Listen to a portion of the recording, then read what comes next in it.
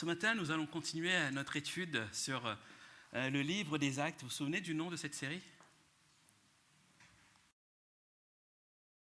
Des paroles aux actes. Ouais, il y a une personne qui suit. C'est bien. Des paroles aux actes. Pourquoi cette série ? Parce que nous croyons que Dieu va utiliser son Église, et son Église locale ici à Puteaux. Et que Dieu nous emmène dans une nouvelle saison aussi, où nous devons aussi nous préparer à ne pas seulement rester sur les paroles, l'enseignement, mais passer aussi aux actes. Et Dieu veut se servir de nous, nous en tant qu'Église, mais nous aussi individuellement, afin d'être ses outils puissants entre ses mains. Est-ce que vous le croyez ? Est-ce que vous le voulez ? Amen. Et c'est pour ça que cette série est venue sur mon cœur et j'aimerais vraiment que ce matin encore, nous puissions continuer dans le prochain chapitre. Nous avons vu le premier chapitre il y a 2 semaines que j'avais intitulé « De disciples à envoyer ». Et nous avons vu que les disciples, suite au départ de Jésus-Christ, étaient confrontés à plusieurs enjeux pour leur vie, pour l'accomplissement de la mission que Jésus les a confiée. Nous avons vu aussi que les disciples ont connu plutôt une évolution dans leur nom. Ils sont passés de disciples à apôtres. Ils sont passés d'étudiants, d'élèves à envoyés. Et dans cette évolution qui était nécessaire pour eux, il était important pour eux de prendre conscience de cela afin de rentrer pleinement dans ce que Dieu leur a confié. Et pour nous, en tant qu'Église, Dieu aussi permet aussi que nous rentrons dans une évolution. Et je vous avais parlé il y a 2 semaines de cela, de l'évolution majeure que nous allons vivre à l'Église, c'est le changement de nom. Et je vous avais apporté le nouveau nom dans lequel on a travaillé avec les leaders, dans lequel aussi le Seigneur nous a inspirés. Et pour ceux qui n'étaient pas là, sachez que l'Église évangélique de Puteaux va s'appeler Église évangélique La Porte. Pourquoi La Porte ? Parce que nous croyons qu'à l'image de Christ, l'Église doit être à l'image de Christ, comme Christ s'est proclamé aussi en étant la porte. Je suis la porte des brebis. Et en étant la porte, nous voulons aussi répondre à ce message de Jésus-Christ, c'est-à-dire un lieu où les personnes peuvent rentrer à l'église, pouvoir découvrir la foi, un lieu où chaque personne puisse être restaurée, guérie par le Seigneur, pour ensuite être envoyée. Amen. C'est la mission de l'église. Et cette mission aussi d'église La Porte, c'est aussi la mission d'extension de l'église. Parce que nous voulons et nous croyons que Dieu ne nous appelle pas seulement à rester comme cela, à pouvoir étendre l'Église. Et dans le but, dans la vision que le Seigneur nous a donnée, c'est une vision de multiplication. Et notre désir dans les années à venir, c'est pouvoir implanter d'autres églises au travers de cette région du 92 et pourquoi pas ailleurs aussi. C'est la mission de l'Église, c'est un enjeu, c'est dans lequel nous voulons aussi rentrer aussi avec l'Église. Et je ne vais pas y rentrer seul, vous allez y rentrer avec moi, n'est-ce pas ? Amen. Toujours prêt, toujours partant ? Amen. Donc ça, c'était le premier chapitre, il y a 2 semaines. Et la semaine dernière, nous avions un invité, c'est le docteur Glenn, qui nous venait des États-Unis. Et le vendredi, il nous a fait du bien déjà à travers l'étude sur la puissance du parler en langue. Et puis le dimanche, il a parlé sur le thème « Le Saint-Esprit à l'action ». Est-ce que certains ont été bénis par ce week-end ? Amen. On est vraiment bénis par le Seigneur et par rapport à son message, il nous a parlé comment le Saint-Esprit était à l'action déjà dans Jésus-Christ. Depuis sa conception jusqu'à sa résurrection, le Saint-Esprit était à l'œuvre. De la même manière que Jésus avait besoin du Saint-Esprit, nous aussi en tant que disciples, nous avons besoin du Saint-Esprit pour être à l'action. Amen. Si vous voulez en savoir plus sur ces 2 messages, le premier message et le message de la semaine dernière, je vous donne rendez-vous sur notre chaîne YouTube. Vous tapez Église évangélique de Puteaux et vous allez trouver les différents messages. Comme ça, vous allez pouvoir vous rafraîchir la mémoire. Du coup, dans la logique des choses, si nous avons fait le premier chapitre, il y a 2 semaines, la semaine dernière, le 2e chapitre, du coup, ce dimanche, ce sera le... Ah, vous suivez, super. Et vous savez compter aussi. 1, 2, 3. 3e chapitre. Pour commencer ce 3e chapitre, je vous invite à ouvrir vos Bibles dans Actes chapitre 2, à partir du verset 5. Actes 2, verset 5.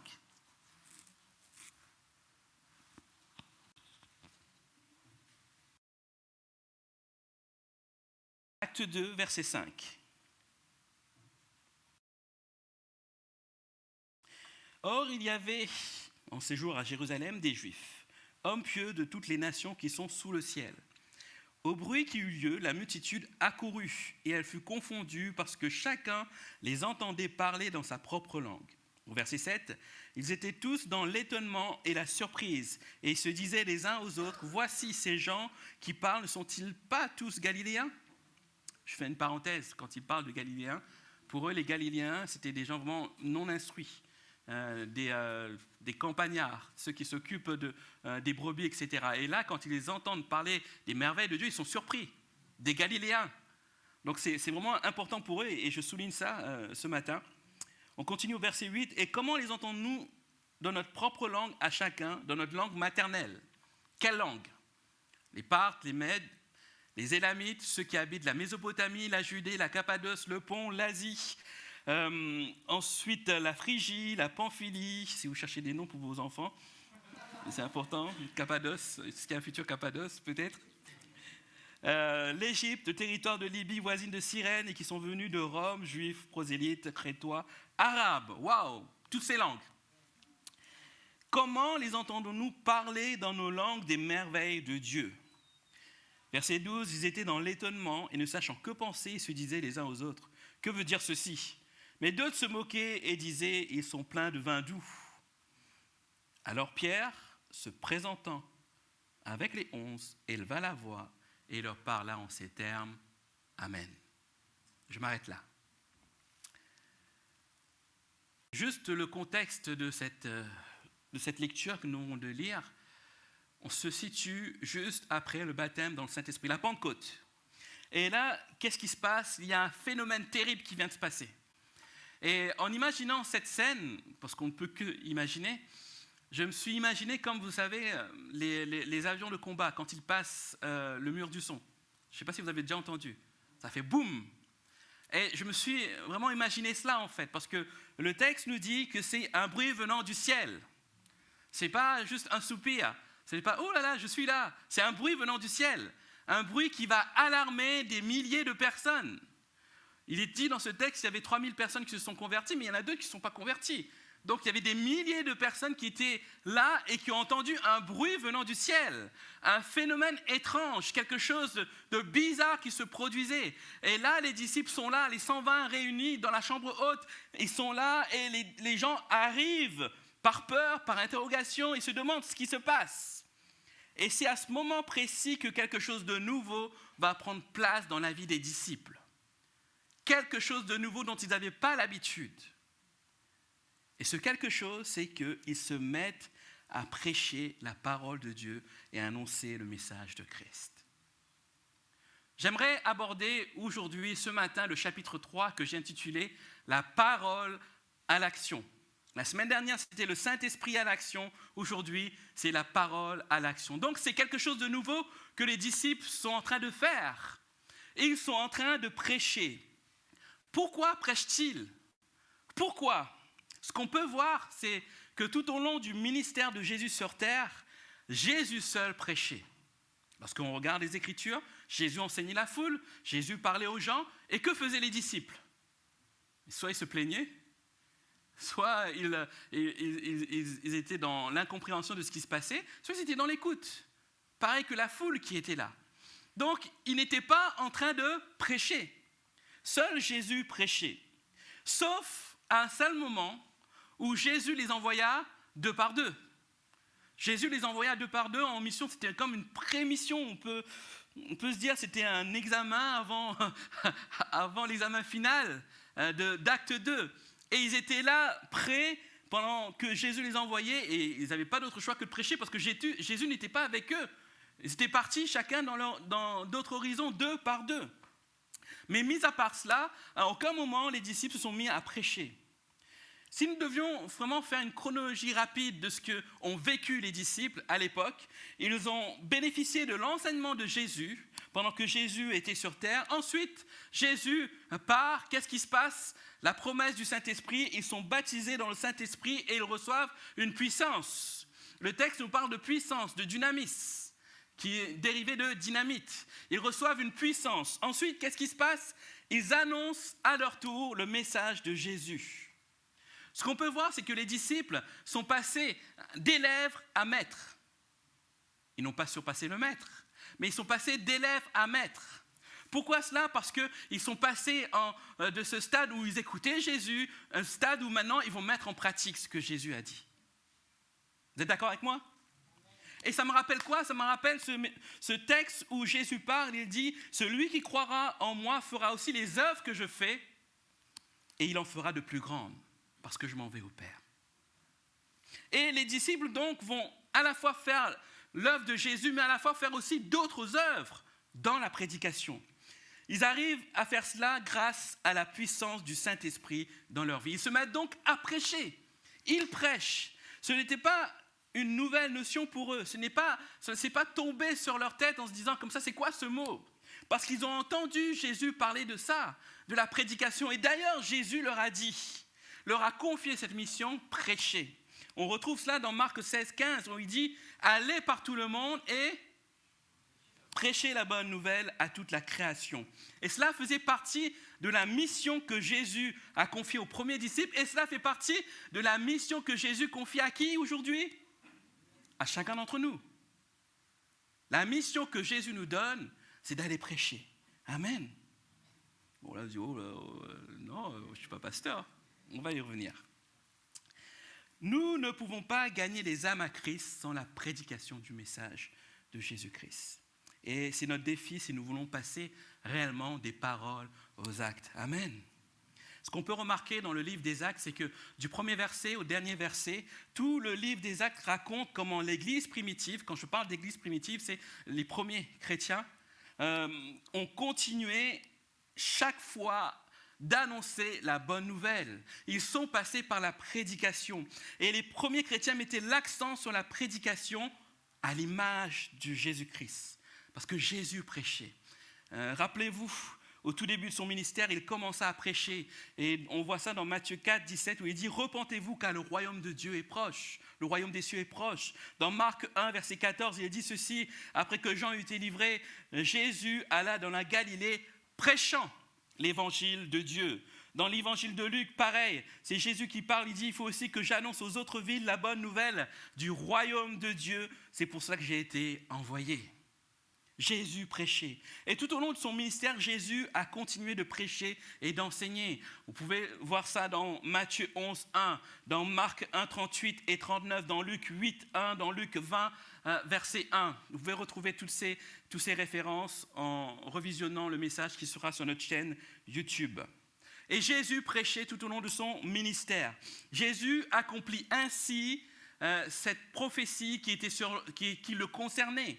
Et cette prophétie, nous la connaissons tous. Cette prophétie se situe dans Luc, chapitre 4, versets 16 à 21, lorsqu'il arrive à Nazareth. Et là, qu'est-ce qu'il fait en arrivant à Nazareth? Il ouvre le livre, il déroule le livre et il commence à lire une partie du texte d'Ésaïe. Et là, qu'est-ce qu'il dit? Il dit « L'Esprit du Seigneur est sur moi parce qu'il m'a envoyé. » Pourquoi? Pour annoncer une bonne nouvelle aux pauvres. Il m'a envoyé pour guérir ceux qui ont le cœur brisé, pour proclamer aux captifs la délivrance et aux aveugles le recouvrement de la vue, pour renvoyer libres les opprimés, pour publier une année de grâce du Seigneur.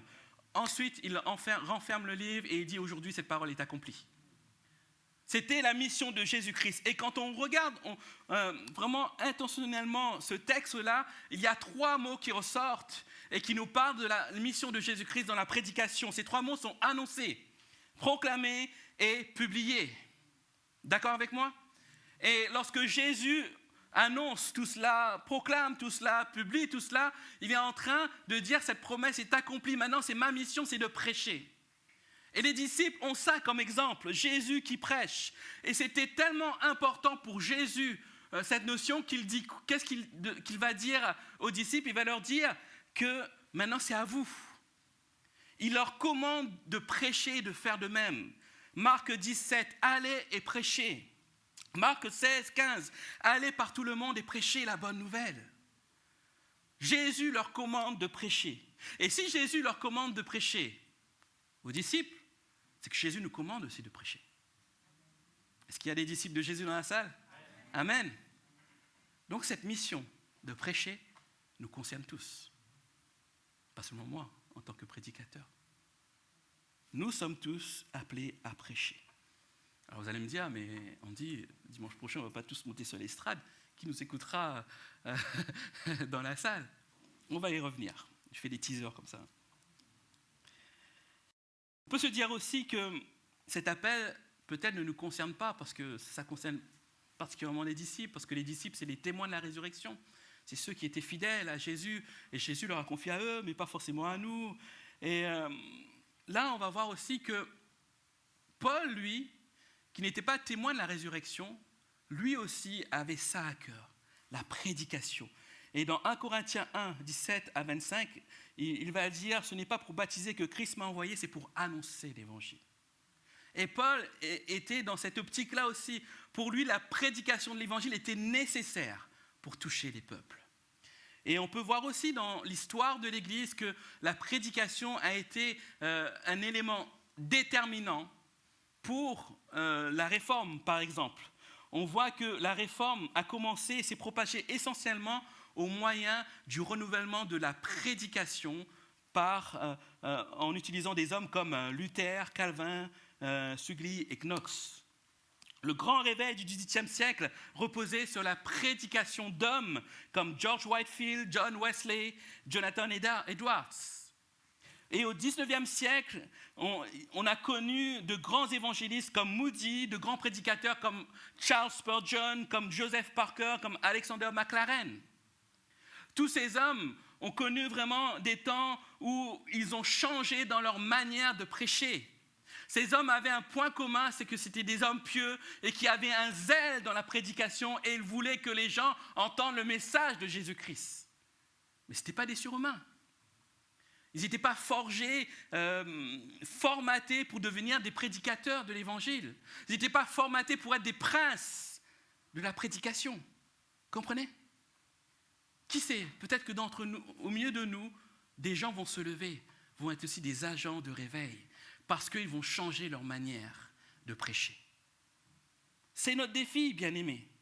Et c'est la méthode divine que Dieu utilise dans l'évangélisation, dans l'édification. Il veut des gens, des personnes, des hommes et des femmes qui se tiennent prêts et qui ont l'amour de prêcher, qui veulent répondre à cet appel de Christ en disant « Seigneur, tu leur as commandé à tes disciples, tu l'as fait, alors moi aussi je vais le faire. Je veux prêcher, Seigneur. Je veux prêcher ta parole. » Pour cela, bien-aimés, il nous faut comprendre ce que c'est que la prédication dont Jésus parle. Qu'est-ce que la prédication ? Comment prêcher ? La prédication n'est pas réservée aux pasteurs, aux évangélistes. Nous sommes tous appelés à prêcher. Vous avez lu comme moi, Jésus ne dit pas « Allez, faites des nations et prêchez, demandez aux pasteurs de prêcher, demandez aux évangélistes de prêcher. » C'est pas ce qui est écrit, non ? Allez prêcher. Allez prêcher. Aujourd'hui, on a un mode, une compréhension de la prédication juste dans le fait de dire ça ne me concerne pas, moi je suis chrétien, j'aime bien ma chaise là au 2e rang, 3e chaise, c'est ma place. Et ce n'est pas ce que Jésus a demandé à la base. Allez prêcher. Allez prêcher. Cela nous concerne. Et aujourd'hui, c'est une surenchère de titres, de ministères. Plus on a un titre, et mieux ça va aller. Plus on a un titre, et mieux on va être reconnu. Plus on va avoir un titre, et plus on aura l'aura. Mais ce n'est pas ce que Jésus nous demande. Jésus ne demande pas d'avoir 100 000 followers sur les réseaux sociaux. Jésus nous demande d'aller prêcher la bonne nouvelle. Si je suis convaincu, et là je fais une parenthèse, vous vous souvenez de l'histoire de Pierre et Jean lorsqu'ils voient cet homme infirme. Qu'est-ce qu'il dit ? Il dit « Je n'ai ni or ni argent, mais au nom de Jésus-Christ, lève-toi et marche. » Je suis convaincu, si Pierre et Jean étaient vivants à notre époque, ils auraient fait ça de la même manière. Ils n'auraient pas pris leur smartphone en disant « Regardez, je suis en train de faire un miracle. » Je ferme la parenthèse. Jésus nous demande de faire son œuvre. Ce n'est pas notre gloire. Ok ? C'est son œuvre. Et son œuvre, c'est de prêcher. Prêcher ne signifie pas uniquement monter sur la scène et prendre le micro. Et là, tout le monde dit « Ah, super, c'est pas ce que je veux faire. » Ce n'est pas uniquement ça. Mais cela ne signifie pas uniquement aussi aller dans la rue ou dans le métro et parler. Je ne sais pas si vous avez vu Dernièrement, il y a eu une polémique sur les réseaux sociaux, une jeune fille qui avait prêché dans le métro et qu'un homme s'est levé, l'insulté, disant comme ça, mais c'est interdit, etc., tu ne peux pas faire ça, etc. C'est une méthode. Mais est-ce que c'est réellement ça que Jésus nous demande? Peut-être qu'il y a des gens qui ont été touchés, mais est-ce que c'est ça ce que Jésus nous demande? Je ferme la parenthèse. Je crois personnellement, bien aimé, c'est que Dieu nous appelle tous à prêcher à notre niveau, dans notre zone d'influence, au milieu de nous. Dieu ne nous appelle pas tous à être des évangélistes parcourant les rues en distribuant des tracts, en disant « Voilà, maintenant, prêche, etc. Maintenant, il faut que tu sois sauvé, etc. » Non, Dieu va nous utiliser d'abord dans notre zone d'influence. Et notre zone d'influence, c'est quoi? Notre famille. C'est notre couple. C'est nos enfants, nos voisins, notre travail, notre zone d'influence. Prêcher dans notre zone d'influence, c'est ce que le Seigneur nous appelle à faire. Mais pour prêcher, il y a 3 éléments qui sont importants. Et j'aimerais vraiment que vous soyez à l'écoute à partir de maintenant, si vous n'étiez pas tout à l'heure. Réveillez-vous, maintenant il faut écouter. Si nous voulons une prédication qui soit biblique, il faut 3 éléments importants. Le premier élément que j'aimerais vous laisser ce matin, c'est le kérygma. C'est quoi ce mot, on dit? Non, je ne parle pas en langue, c'est du grec. Kérygma. Kérygma signifie proclamation. Et ce mot vient du verbe grec kérousso qui veut dire proclamer. Le kérygma désigne le contenu de la proclamation. Si nous voulons prêcher, il faut qu'il y ait un contenu. Vous êtes d'accord avec moi? Si nous voulons prêcher, nous ne pouvons pas prêcher de n'importe quelle manière. Il faut un contenu qui soit biblique. Et le Nouveau Testament, plutôt, nous donne 5 éléments de proclamation, de vérité qui sont nécessaires lorsque nous prêchons. Le premier élément, c'est que le Nouveau Testament présente Jésus comme l'accomplissement de la prophétie de l'Ancien Testament. Le deuxième élément, le Nouveau Testament présente Jésus comme Dieu fait chair, l'incarnation. Le deuxième élément, c'est que le Nouveau Testament met l'accent sur sa mort, sa résurrection et sur son œuvre aussi qu'il a accomplie. Quatrième élément, le Nouveau Testament parle de son retour. Cinquième élément déclare que le salut ne s'obtient que par la foi en lui et que ceux qui le rejettent comme Seigneur et Sauveur sont perdus. Ces éléments de la proclamation doivent être des éléments de notre prédication. Nous ne pouvons pas parler de Jésus sans parler d'un Jésus qui est ressuscité. Nous ne pouvons pas parler de Jésus si nous oublions que Jésus est Dieu et le Fils de Dieu. Nous ne pouvons pas parler de Jésus si nous oublions que Jésus a vaincu la mort. Amen. Nous ne pouvons pas parler de Jésus si nous oublions que le salut ne s'obtient que par lui. Dans notre prédication, dans notre manière de prêcher, ce premier élément est essentiel, la proclamation. La proclamation, le contenu de ce que nous devons prêcher. Ensuite, après la proclamation, vient le didaché. Je ne parle pas encore en langue. Le didaché vient du grec qui veut dire enseignement. Et l'enseignement, le didaché, la doctrine, est un élément important. Quand je parle de didaché, je ne parle pas d'un livre qui est paru à la fin du 1er siècle, qui s'appelle le Didaché des apôtres, c'est un livre un peu apocryphe où on pense que les apôtres ont mis dans un livre tout l'enseignement de Jésus-Christ. Bon, je fais une parenthèse, si vous ne connaissez pas le Didaché des apôtres, oubliez ce que j'ai dit. Okay? Le Didaché, c'est l'enseignement, la doctrine. Ensuite, ce qu'il faut savoir, c'est que le didaché est un élément important lorsque nous prêchons. La véritable prédication biblique doit contenir un enseignement, une doctrine. Amen. Le mot traduit en français est didactique, si vous préférez. Et ce mot didactique désigne le contenu doctrinal de la prédication. Le Seigneur utilisait le didaché lorsqu'il était sur terre dans son ministère. Dans Matthieu 7, 28, il est dit « Après que Jésus eut achevé ses discours, la foule fut frappée de quoi? De sa doctrine, didaché. » Marc 4, verset 2, il leur dit « Il leur enseigna beaucoup de choses en paraboles et il leur dit dans son enseignement, didaché. » Le Seigneur utilisait l'enseignement, la doctrine pour parler aux gens. La vraie prédication repose sur la proclamation des grandes vérités, comme on l'a vu avant, mais repose aussi sur la doctrine, sur l'enseignement. Nous ne pouvons prêcher si nous ne connaissons pas la parole de Dieu. Comprenez? Et Paul aimait faire des discours dans la synagogue car il avait l'occasion de persuader ses auditeurs en présentant le message de Christ à travers les Écritures. Pourquoi Paul? Parce que Paul était un érudit des Écritures. Paul a grandi, était un théologien vraiment basé sur les Écritures, sur l'Ancien Testament, sur les lois mosaïques. Et il était là, il était enseigné par un grand prêtre de l'époque, un grand rabbin qui s'appelle Gamaliel. Gamaliel est un grand rabbin qui était issu de la branche des pharisiens. Et si vous cherchez Gamaliel, vous allez trouver pas mal de choses sur Internet sur Gamaliel. C'était un homme vraiment bercé sur les Écritures. Et Paul était un de ses disciples. Et Paul aimait faire cela. Aimait utiliser la parole de Dieu pour montrer aux gens que Jésus était le Christ, que Jésus était ressuscité. Et il aimait faire cela. Maintenant, le didaché ne doit pas faire de nous forcément des théologiens. Dieu ne nous appelle pas à être des théologiens, mais Dieu nous appelle quand même à avoir une base doctrinale. Vous comprenez? C'est pour ça que moi, aujourd'hui, je déconseille aux jeunes convertis, les personnes qui s'approchent de Dieu, d'aller tout de suite dans la rue parce qu'ils n'auront pas les bases. Ils n'auront pas les bases pour parler de Dieu. Moi, je suis surpris à chaque fois de voir les témoins de Jéhovah qui sortent un discours qu'ils ont appris par cœur. Et certaines fois, certains chrétiens nés de nouveau sont déstabilisés parce qu'ils n'ont pas les bases. Ils n'ont pas le didaché, ils n'ont pas l'enseignement, ils n'ont pas la doctrine. Et qu'est-ce qui se passe? Ils sont perdus. Ils ne savent pas quoi répondre. Dieu nous demande d'avoir ces bases qui sont importantes dans notre prédication. Rappelez-vous, d'abord, il nous faut proclamer, la base de proclamation. Ensuite, l'enseignement. Mon frère, ma sœur, de la même manière que vous ne pouvez pas aller à la guerre avec un couteau et une casquette, vous ne pouvez pas non plus prêcher sans avoir des bases solides. Amen. C'est très important.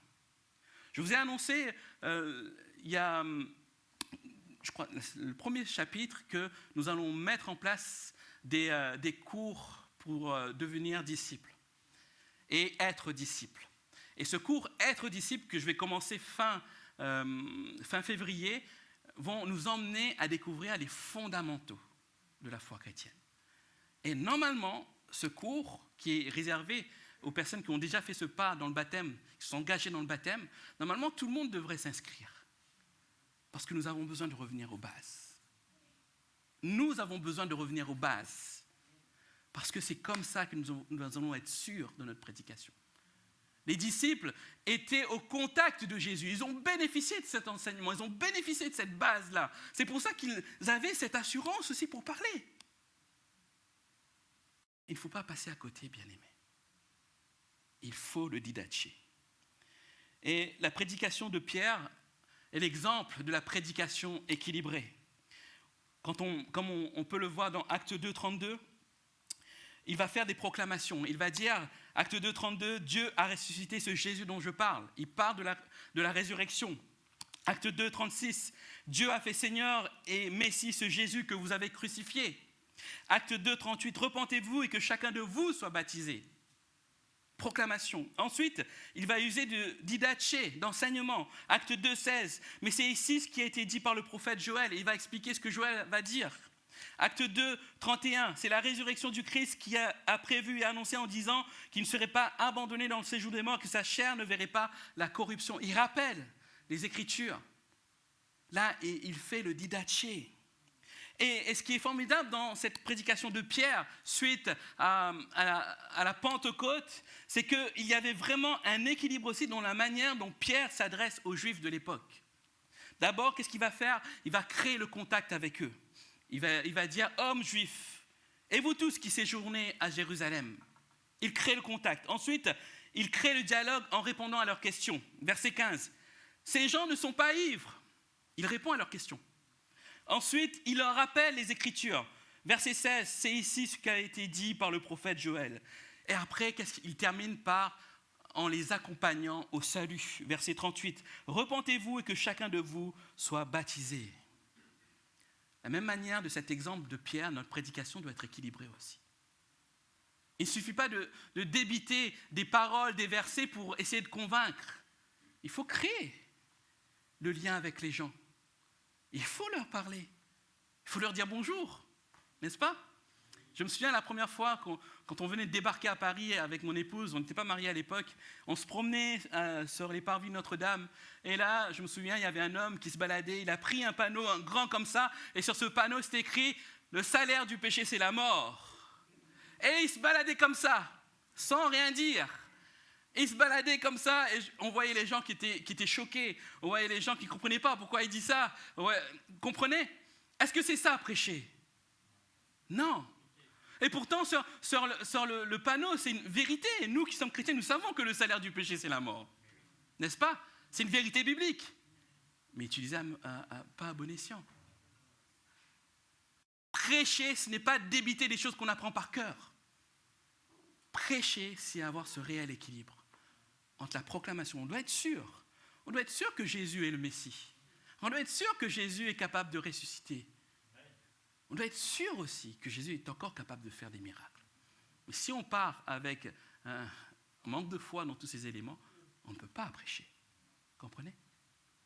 La prédication est à notre portée, bien-aimés. La prédication nous est réservée, nous en tant que disciples. Et si nous devons résumer tout cela, c'est juste vous dire que cette prédication, c'est proclamer les vérités sur Jésus-Christ. Cette prédication, c'est aussi s'appuyer sur des bases doctrinales claires et profondes et précises. Je vous ai parlé de 3 éléments. Donc, premier, c'est proclamer. Deuxième, c'est l'enseignement. Et troisième, c'est quoi? Troisième, c'est Paul qui va nous en parler. C'est dans 1 Corinthiens 2, verset 4. Paul dit ceci. « Mon enseignement et ma prédication ne reposaient pas sur les discours persuasifs de la sagesse, mais sur une action manifeste de l'Esprit et de sa puissance. » Troisième élément que nous devons avoir dans notre prédication, c'est la puissance du Saint-Esprit. Et Paul l'avait compris. Et pourtant, Paul pouvait se dire comme ça, je suis rempli de sagesse, je suis rempli de toute la connaissance, je suis capable de les persuader. Mais il dit, ce n'est pas ça qui les persuade, c'est la puissance de l'Esprit. C'est le Saint-Esprit qui agit. Et nous ne pouvons pas prêcher sans l'aide du Saint-Esprit et sans l'aide de sa puissance. Amen. Pierre avait besoin du Saint-Esprit pour parler à ces milliers de personnes réunies. Pierre avait besoin de cette puissance pour pouvoir toucher les cibles, toucher les cœurs. Et ce qu'on peut voir, c'est que le Saint-Esprit a fait son œuvre après. Le Saint-Esprit a convaincu. A convaincu combien de personnes? 3000 personnes. Donc le Saint-Esprit, à la fois, va être utile pour celui qui va émettre le message, qui va donner le message, celui qui va prêcher, mais à la fois, le Saint-Esprit va être utile pour toucher les personnes qui sont derrière. Nous ne pouvons pas prétendre prêcher dans notre zone d'influence si nous oublions ces aspects-là. Nous ne devons pas prêcher par obligation, nous ne devons pas prêcher par automatisme. Nous devons prêcher parce que le Saint-Esprit nous donne le feu vert. C'est le moment. J'ai préparé le terrain. Des fois, on dit au Seigneur, Seigneur, permets, tu vois, s'il y a une personne qui me parle, que je puisse parler de toi, Seigneur. Et des fois, la personne commence à nous parler. On fait, non, Seigneur, la prochaine personne, s'il te plaît. On fait des prières comme ça au Seigneur, mais le Seigneur permet des situations. La puissance du Saint-Esprit. Nous sommes tous concernés. Nous devons tous vraiment être là, prêts à compter sur le Saint-Esprit. Ce n'est pas pour rien que Jésus leur dit attendez le Saint-Esprit qui a été promis. Attendez. Et vous serez quoi? Mes témoins. Le Saint-Esprit nous aide à être ces témoins-là. Nous ne pouvons pas prêcher sans le Saint-Esprit. Et le Saint-Esprit touche la cible. Le Saint-Esprit nous parle, nous révèle les cœurs. Hier, j'étais à un rassemblement régional d'ados et de jeunes. Et pendant que j'écoutais la prédication, le Saint-Esprit interpellait mon cœur. Il me dit, il y a une jeune fille qui est en détresse. Je dis, ouais, ok, Seigneur, qu'est-ce que tu veux que je fasse? Vas-y, va parler. Je dis, non. Il y avait 1000 personnes réunies. Je dis, je ne suis pas prévu, je ne peux pas, Seigneur. Et Seigneur interpelle mon cœur, interpelle mon cœur. Et pendant la prédication, il parlait d'abus, de personnes qui étaient mal, etc. Et ça a résonné sur mon cœur. Et j'envoie un message au responsable d'organisation, et je lui dis, j'ai quelque chose à apporter. Il me dit, on n'a pas trop de timing, mais vas-y. J'y vais, je monte sur l'estrade, et là, mon cœur qui bat à 100 000 à l'heure aussi, hein. Même si je suis prédicateur, j'ai le cœur qui bat à 100 000 à l'heure aussi. Et là, c'est là où on se dit que l'action du Saint-Esprit, c'est que le Saint-Esprit nous utilise si nous sommes prêts à écouter le Saint-Esprit. J'étais là sur l'estrade et il y avait 1000 personnes réunies, je me souviens. C'est comme si que Dieu me montrait l'estrade avec la lumière éteinte, mais un seul projecteur sur une personne. C'est fort. Et le Seigneur me montrait comme là, en fait, ce rang de gauche, là, en fait. Et je parle à ce rang, je dis, cette personne, le Seigneur te voit, le Seigneur n'a pas fini avec toi. C'était victime de viol, victime d'abus. Jésus peut te changer. Et je fais cet appel aussi aux autres jeunes qui sont là. Beaucoup de jeunes sont approchés et parmi tous ces jeunes, beaucoup ont été victimes d'abus. Il y a de l'abus dans le monde chrétien. Il y a des jeunes qui souffrent, des jeunes qui ont été abusés par leur famille, etc. Mais tout ça pour vous dire quoi? Pour vous dire que si nous sommes à l'écoute du Saint-Esprit, le Saint-Esprit cible les choses, nous parle. Il ne faut pas seulement être à l'écoute, il faut obéir. Et je vous assure que j'étais là, je dis, Seigneur, non, tu ne fais pas. Ah, il parle d'abus, ouais, c'est ça, c'est ta tête, etc. Et puis je me suis mis, je dis, Seigneur, ok, maintenant, Saint-Esprit, parle-moi clairement. Et là, j'ai senti comme quelque chose de fort dans mon cœur qui est là, qui me disait, prends tes jambes et vas-y. Et je suis allé. Le Saint-Esprit nous parle. Nous avons besoin du Saint-Esprit. Alors, bien aimé, pour finir, j'aimerais juste vous rappeler que la prédication dont parle Jésus, ce n'est pas forcément avoir un ministère de pasteur, un ministère d'évangéliste. Mais c'est notre rôle à chacun. Prêcher de notre zone d'influence. Et comment prêcher? C'est proclamer. Proclamer les vérités sur Jésus. Et aussi l'enseignement. Donner l'enseignement, comme Jésus faisait. Donner l'enseignement. Maintenant, pour donner l'enseignement, il faut le recevoir. Il faut accepter cela. Peut-être ça fait des années que tu as à cœur de pouvoir parler de Dieu et tu n'arrives pas à le faire. Tu dis, il te manque quelque chose. Peut-être te manque l'enseignement. Alors je t'invite à t'inscrire à ce cours qui est totalement gratuit. Être disciple. Je fais de la pub. Être disciple. Ce sera le dimanche après-midi. Ça commence le 26 février. Donc vraiment, je vous incite, si vous voulez aller plus loin et obéir au Seigneur, au commandement du Seigneur, allez prêcher, à vraiment vous équiper. Amen. Pour finir, comme je l'ai annoncé pour toute cette série des paroles aux actes, à chaque dimanche, il y aura un acte concret qui sera fait. Le premier dimanche, on avait fait, c'était le changement de nom de l'Église. Deuxième dimanche, la semaine dernière, je vous avais annoncé que nous allons mettre en place des sessions de renouvellement et de baptême dans le Saint-Esprit au travers de l'année, une fois par mois. Troisième action que je vous propose aujourd'hui, c'est des formations d'évangélisation. Pas par mois, par un évangéliste. Je suis en contact avec lui et on va avoir plusieurs sessions de formation à évangélisation avec lui. Et on va avoir une coopération étroite avec lui pour nous aider à rentrer dans notre mission. Je vous en prie, ne vous inscrivez, n'ayez pas peur de vous inscrire parce que vous vous dites « Ah, forcément, je vais rentrer dans un groupe d'évangélisation. » Non. Si vous le faites, c'est pour vous équiper. Savoir comment je peux le dire, de quelle manière, comment je peux influencer ma zone d'influence. Ok ? Donc les infos vont arriver rapidement. Je suis en train juste de fixer les choses avec cet évangéliste. Je vous donnerai son nom dimanche prochain.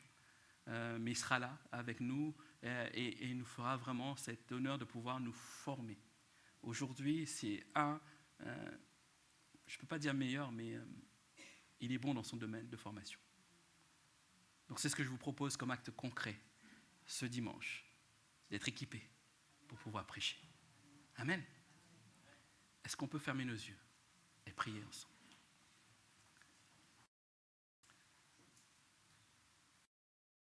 Jésus, merci pour ce rappel. Seigneur, nous oublions, Seigneur, à chaque fois combien, Seigneur, tu as été précis avec tes disciples. Tu leur as donné une mission, tu leur as donné des commandements.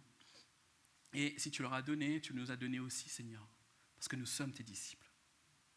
Je te prie, Seigneur, que ce commandement de prêcher puisse résonner sur notre cœur. Que tu puisses nous utiliser, chacun, dans notre zone d'influence.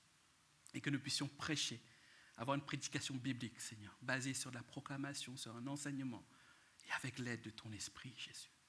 Seigneur, je te prie de nous équiper. Je te prie, Seigneur, de nous fortifier. Je te prie de nous aider à, Seigneur, faire ton œuvre, parce que tu ne nous as pas appelés à occuper une place dans l'Église, mais tu nous as appelés à servir. Seigneur, utilise-nous puissamment. Fais ton œuvre en nous, au travers de nous, et que ton Église avance, Seigneur. Au nom de Jésus-Christ. Amen.